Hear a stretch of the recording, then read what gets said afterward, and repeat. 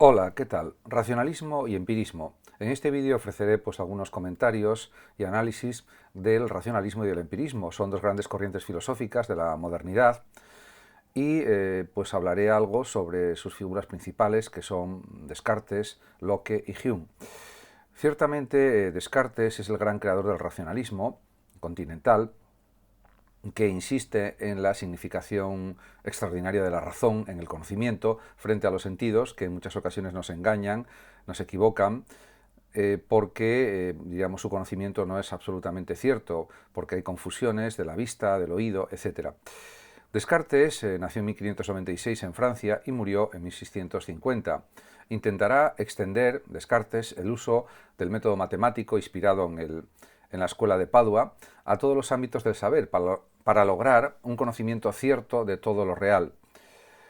Desde ese subjetivismo, Descartes saldrá al encuentro del conocimiento seguro y cierto que le proporciona la matemática. Y su método, denominado método cartesiano, se inspira en principios de tipo más bien matemático o geométrico. El problema capital es saber si llegamos a conocer o no el auténtico ser de las cosas. Para Descartes solo serán relevantes, podemos decir, las cualidades primarias, objetivas, geométricas, intrínsecas a todos los objetos. En cuanto a la búsqueda de un método matemático seguro para alcanzar la formulación de lo nomológico, de lo realmente verdadero, pues Descartes se esfuerza notablemente y considera que la matemática tiene que convertirse en el modelo del paradigma de todo conocimiento. La matemática se convierte en este sentido en el reflejo de la estructuración de la mente. Y también el propio Descartes desarrolla una lógica del orden binario, con largas cadenas de razones muy simples y fáciles. Esto está establecido en el discurso del método. Por otra parte, también hay que decir que Descartes buscaba reglas fijas para descubrir verdades, no para defender tesis o exponer teorías. El análisis, por otra parte, es un método de invención, de descubrimiento, y esto es lo que buscaba también Descartes. Para él, podemos decir que lo verdadero es lo evidente, y lo evidente está definido por dos notas esenciales, la claridad y la distinción. La certeza, además, exige fundarse en evidencias, y las evidencias parten también de la razón. Descartes, además, llama a las ideas claras y distintas naturalezas simples. Descartes, en su gnoseología, en su teoría del conocimiento, admite dos formas de conocimiento, la intuición y la deducción. Su cogito ergo sum es una intuición, aunque podríamos pensar por la partícula luego que es una deducción, pero no lo es. Vemos de forma intuitiva que existimos y por tanto somos. La deducción, en cambio, la define Descartes como una enumeración o sucesión de contenidos. La síntesis es un proceso deductivo que se apoya también en intuiciones sucesivas, podríamos decir. Tras el análisis y la síntesis, en el método cartesiano solo queda la enumeración. En ese sentido, podemos decir que las reglas del método de Descartes tienen en sí mismas su justificación. También, en cuanto a otras cuestiones relativas a su gnoseología, Descartes considera provisionalmente como falso todo aquello sobre lo cual es posible la duda. Está el ejemplo de la duda metódica, etc. Descartes no era un escéptico, ya que se sirvió de la duda como método para llegar a un conocimiento verdadero. Y sostiene también que ningún grado o forma de conocimiento se sustrae de la duda. También planteó la hipótesis del engaño permanente de los sentidos, del genio maligno, que nos pudiera engañar, y la hipótesis también de la confusión entre el sueño y la vigilia. Pero, desde su planteamiento, las verdades matemáticas no permiten ninguna duda. Sabemos también que Dios existe porque, de hecho, el propio Descartes reafirmó el denominado posteriormente a él argumento ontológico de San Anselmo, ya que ese nombre lo recibió de Kant, y considera que Dios es la garantía de la veracidad del conocimiento. En ese sentido, podemos pensar, sin ninguna duda, que Dios no nos engaña y, por tanto, se rechaza también la duda universal. El cogito ergo sum, como ya comenté al principio de este vídeo, es el punto central del sistema cartesiano. A partir de ahí edifica todo el sistema del conocimiento racional. La evidencia del yo como sustancia pensante es expresada por Descartes con los términos res cogitas, cosa que piensa o cosa pensante. Descartes, además, define la idea como la forma de un pensamiento y considera que hay tres tipos de ideas: ideas adventicias, ficticias o facticias, más bien, facticias e innatas. Solo las ideas innatas pueden plantear o poseer evidencia perfecta. Las ideas adventicias son las que nos llegan por los sentidos, las facticias las que inventamos y las innatas las que tenemos por nacimiento. Algunas nociones morales básicas, algunas nociones matemáticas elementales, la idea de Dios, etc. También podemos incluir dentro de las ideas innatas la idea de infinito. Por otra parte, también, insisto, Descartes apoya el argumento ontológico de San Anselmo porque considera que no cabe la idea de un ser perfectísimo, como es Dios, y que no exista o inexistente. En cuanto, pues, además de la sustancia pensante y la sustancia divina, está una tercera sustancia, entre comillas, porque sería el mundo material o res extensa. En realidad, Descartes afirma un dualismo sustancial, porque habría que excluir a Dios y no, diríamos, expresar un trialismo, por decirlo de alguna manera. Las dos sustancias fundamentales del mundo son la sustancia pensante y la sustancia extensa, porque la sustancia pensante pues sería similar a la sustancia infinita, o estaría de alguna manera integrada en ella. En cualquier caso, pues también diríamos que Descartes reafirma un cierto mecanicismo y solo tendrá en cuenta la causalidad eficiente. Además, considera el propio Descartes que entre el alma y el cuerpo se da una interacción que se ejerce a través de la glándula pineal, aunque eso es una simple especulación de Descartes, porque nunca ha sido probado. Y él mismo tenía graves problemas para explicar cómo era esa conexión. También hablaba en sus obras de espíritus animales que circulaban por la sangre. En definitiva, había un conocimiento muy imperfecto, muy incompleto de la fisiología humana en aquella época. Es verdad que sobre 1627 se descubrió la circulación de la sangre en el cuerpo humano por William Harvey en Inglaterra, y también pues por esa misma época por Miguel Servet, un médico también aragonés español, que por cierto fue quemado en la hoguera.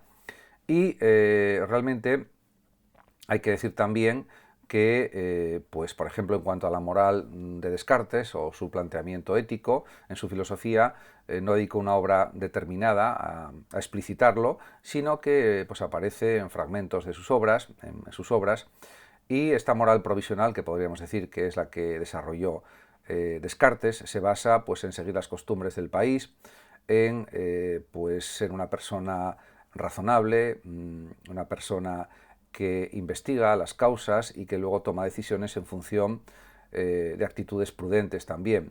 En ese sentido, él consideraba que la mejor ocupación posible era la filosofía, dedicarse al conocimiento, a la investigación, al saber, a viajar, etc. Descartes también señala que cuando tomamos una decisión, después de haberlo pensado mucho y haber buscado mucha información y mucho conocimiento al respecto, pues hay que ser decidido y firme y resuelto en hacer lo que tenemos ya planificado o planteado. Por lo tanto, también pues él investigó sobre física y plantea una absoluta geometrización de la física. Las denominadas coordenadas cartesianas también son de Descartes. En definitiva, dejó pues una influencia enorme en la filosofía europea y mundial de su tiempo. Y ya en vida fue muy conocido, muy admirado por muchos que se dedicaban a la filosofía, por lectores de sus obras. Incluso la reina Cristina de Suecia la invitó a su corte, y en el año 1650 murió allí por causa de un enfriamiento pulmonar o algo similar. Desgraciadamente, murió prematuramente porque podría haber vivido todavía quizás pues, unos 20 o 30 años más aproximadamente. En cualquier caso, diríamos, sus obras han permanecido en el tiempo y se siguen leyendo. No son demasiado técnicas en general. También es verdad que pues, algunas partes de su obra fueron criticadas por distintos filósofos de su época, coetáneos. Por ejemplo, Gassendi, que era un científico de la época, criticó pues, algunas de las ideas de Descartes, considerándolas que eran como círculos viciosos. El propio Descartes, a través de cartas, le respondió a Gassendi, diciendo que eso no era cierto, y argumentó nuevamente, etc. En cualquier caso, no cabe duda de que era un gran genio de la filosofía. Tenía un cociente intelectual, se cree, de 180, cuando lo normal es tener 100, 110, etc.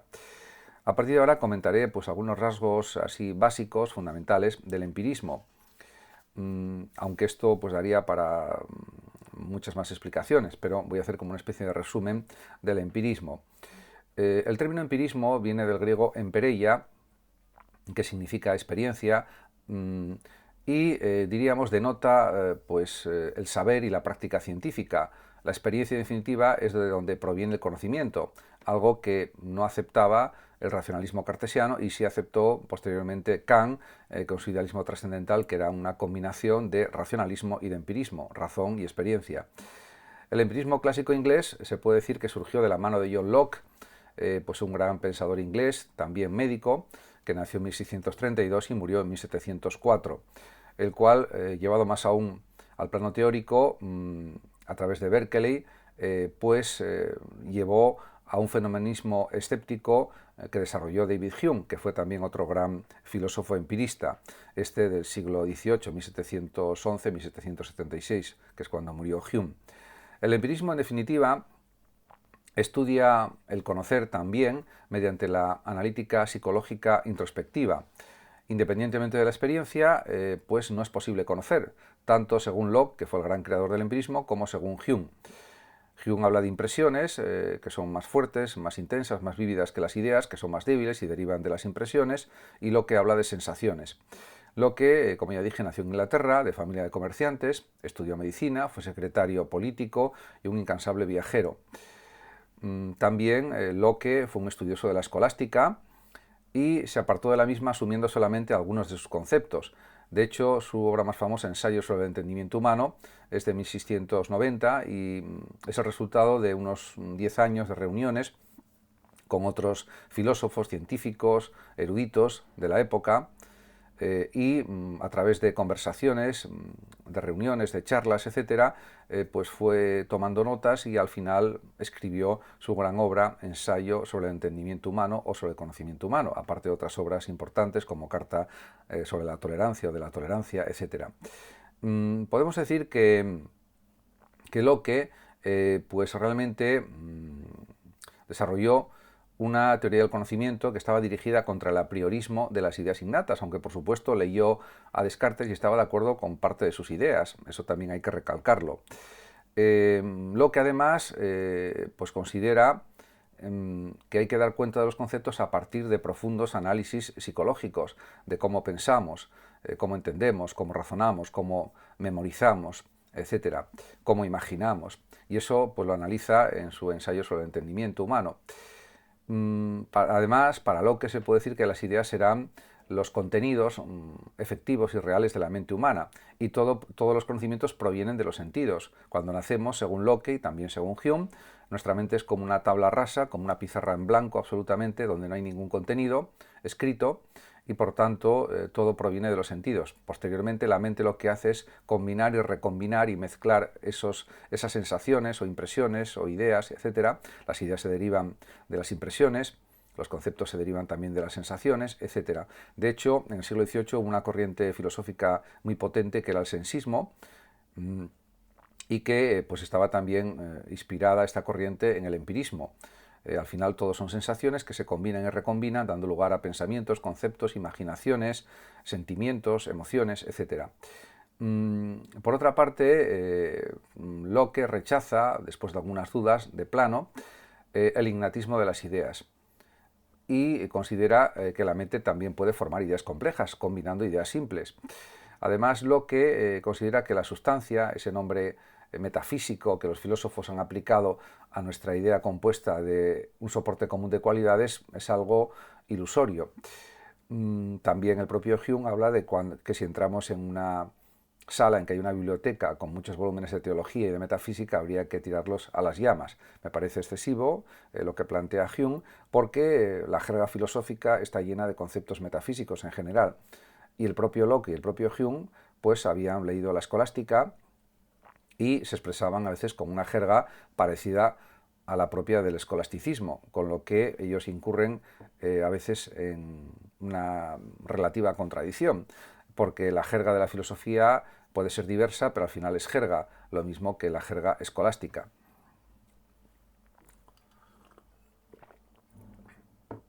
Podemos señalar también que para Locke existen diversos grados de certeza, de asentimiento. Está también la intuición, la demostración, el conocimiento sensitivo, sensorial de seres particulares, de objetos particulares. Y Locke habla de ideas de la sensación y ideas de la reflexión. Se puede, pues, exigir la razón a toda regla moral. Pues desde la perspectiva de Locke sí. La moralidad, la ética, tiene que basarse en la razón, al igual que también en ese sentido señala el propio Immanuel Kant. También de la potencia activa que tenemos en nuestra persona, en nuestro ánimo, extrae Locke también su noción de libertad.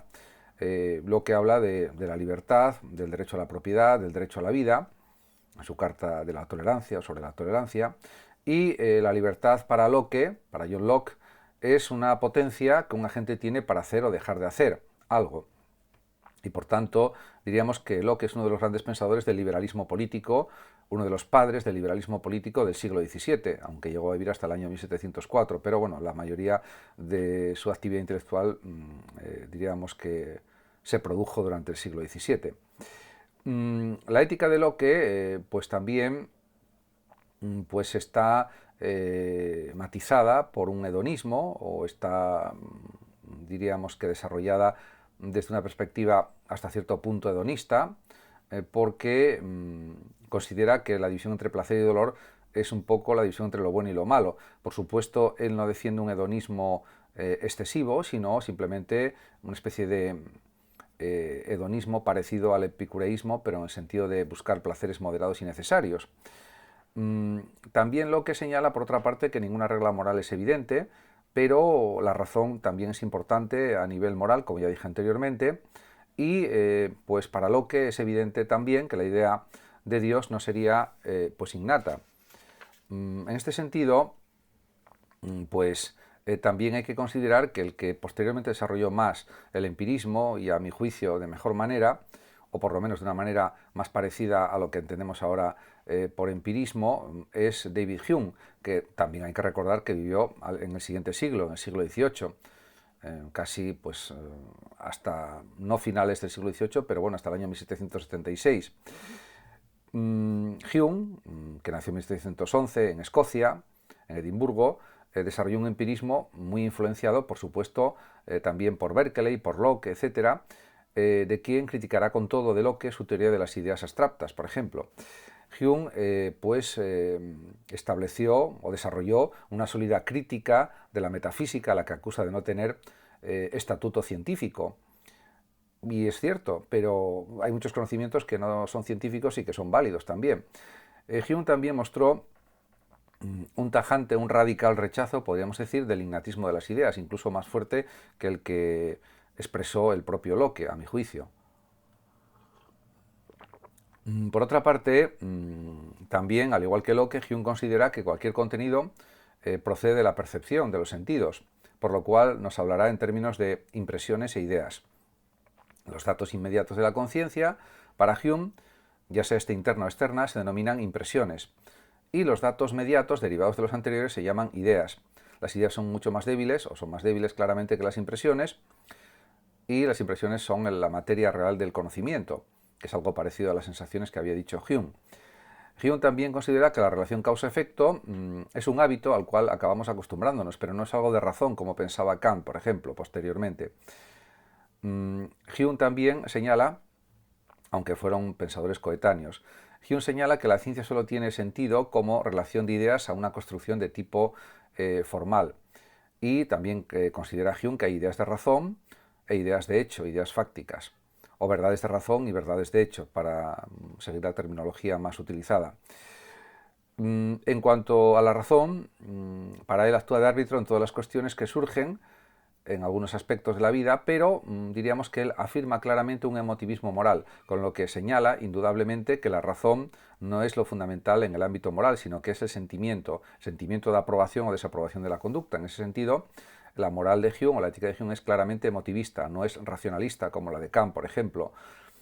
La moral, para Hume, trata de las pasiones y de los sentimientos y produce o impide acciones. Todos sentimos si un comportamiento está bien o está mal, claramente, y a partir de ahí actuamos. Por tanto, para Hume es evidente que las reglas de la moralidad no constituyen conclusiones de la razón. Y Hume también considera pues que hay reglas de la justicia que imponen límites precisos en la distribución y el uso de los bienes. También afirma un claro utilitarismo ético y un utilitarismo político también. Buscar el mayor bien del mayor número posible de personas, también basa su ética en la simpatía, en la empatía también, etc. Y Hume reafirma la necesidad también de la justicia para mantener viva la sociedad humana, ya que la justicia es lo fundamental en la vida social.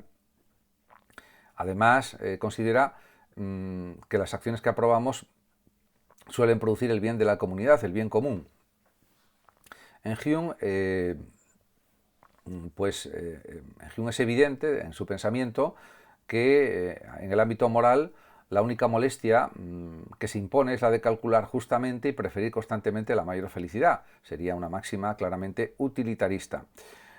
Hume, por tanto, es un filósofo que mira únicamente por los demás, por lo social, porque como parte que apuesta por el grupo espera sin duda el posterior reparto de beneficios también.